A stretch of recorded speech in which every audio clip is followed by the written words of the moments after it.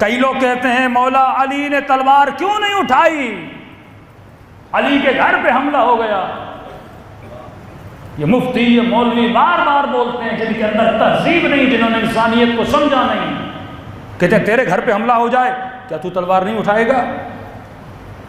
کسی نے کہا بھائی کیوں نہیں اٹھائیں گے، ہمارے گھر پہ حملہ ہو جائے ہم تلوار اٹھائیں گے۔ کہا پھر علی نے کیوں نہیں اٹھائی؟ یہ شیعہ علی کی توہین کر رہے ہیں، تو توہین علی کر رہا ہے کہ علی کو خود سے ملا۔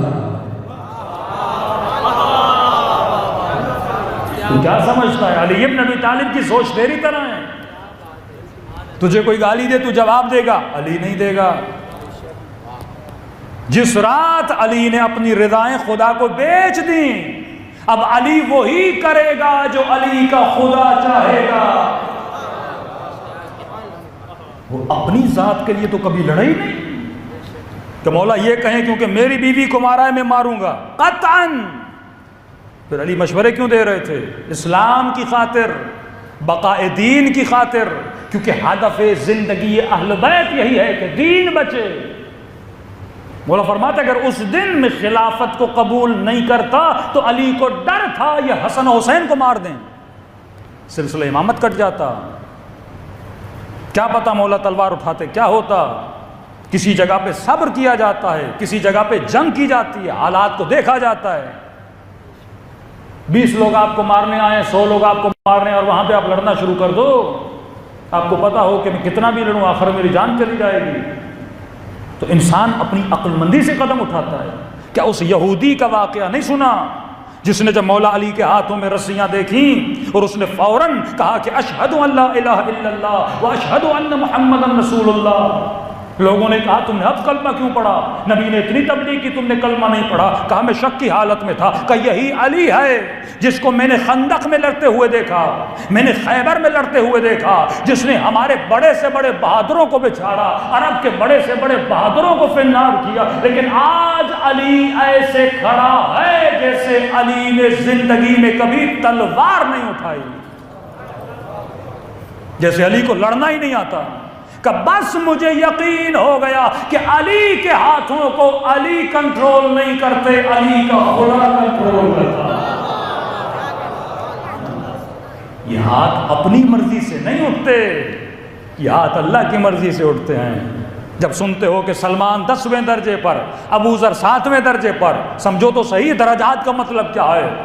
روایت کے جملے ہیں کہ مولا کو لینے آئے تھے، ابو ذر نے اٹیک کیا، زبیر نے اٹیک کیا کہ علی کو لینے آئے ہو، علی کے ہاتھوں میں رسی ڈالو گے، علی کے گھر پہ حملہ کر رہے ہو۔ زبیر کا سر دروازے کی چوکھٹ پہ لگا، وہیں بے ہوش ہو کے گر گیا۔ ابو ذر نے حملہ کیا، ایک مرتبہ کیونکہ ابو ذر جلالی صفت تھے، ایک مرتبہ ابو ذر نے سلمان کو ٹوکا کہ سلمان تو جگہ جگہ علی کے پیچھے ہوتا ہے، آج تیری غیرت کو کیا ہوا ہے کہ علی پہ حملہ ہو رہا ہے اور تو خاموش کھڑا ہے۔ ایک مرتبہ سلمان نے کہا ابو ذر یہی تو تجھ میں اور مجھ میں فرق ہے، تو فوراً تلوار نکالتا ہے، لیکن سلمان کی نگاہ علی کے ہاتھوں پر ہے، اگر علی تلوار نکالیں گے تو سلمان تلوار نکالے گا۔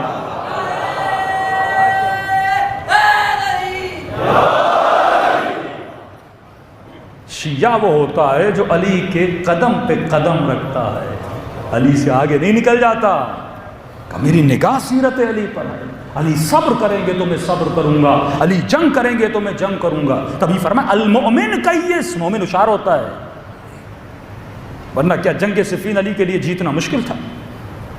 علی کے لیے جو عرب میں مہارت رکھتے تھے جنگ لڑنے کی، دنیا جانتی تھی علی جیسا نقشہ بناتے ہیں ناممکن ہے کوئی جنگ ہار جائے۔ جتنے خلفاء روم کی جنگیں، جتنی جنگیں لڑے، مشورے کون دیتا تھا؟ علی ابن ابی طالب۔ ایران کی جنگ ہارنے والے تھے، روم کی جنگ ہارنے والے تھے، وہ ہاتھی لے کر آئے، عرب نے زندگی میں ہاتھی نہیں دیکھا تھا، کہنے لگے ہم تو ہار گئے، ہم کیا کریں گے؟ مولا نے مشورہ دیا کہ ہاتھی دوہیں سے بھاگتا ہے، دوہاں کرو تاکہ ہاتھی بھاگ جائیں، ورنہ روم کے ہاتھی ان کو کچل کے رکھ دیتے۔ مشورے کس نے دیے؟ علی نے دیے۔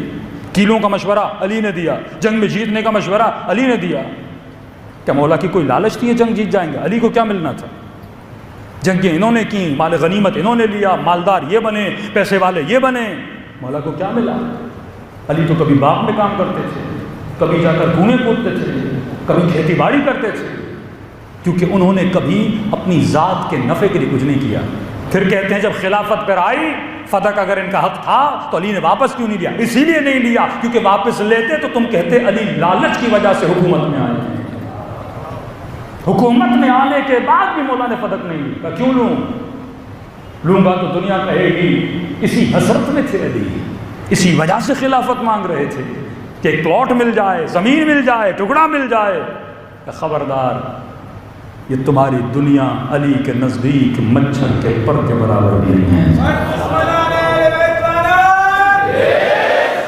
خبردار، کبھی یہ نہ سوچنا کہ ہم دنیا کی خاطر پوری زندگی اہل بیت دیکھو گے، اپنی ذات نظر نہیں آتی ان کے فیصلوں میں.